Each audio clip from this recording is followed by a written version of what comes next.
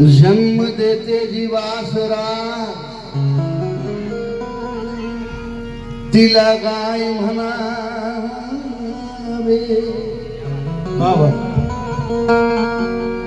आणि जन्म देते जी लेकरास तिला माय म्हणावे जन्म देते दिवासरास तिला गाय म्हणावे जन्म देते जी लेकरास तिला माय म्हणावे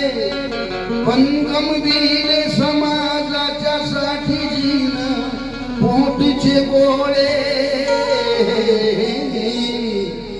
सांगा त्या रमा माऊलीला काय म्हणावे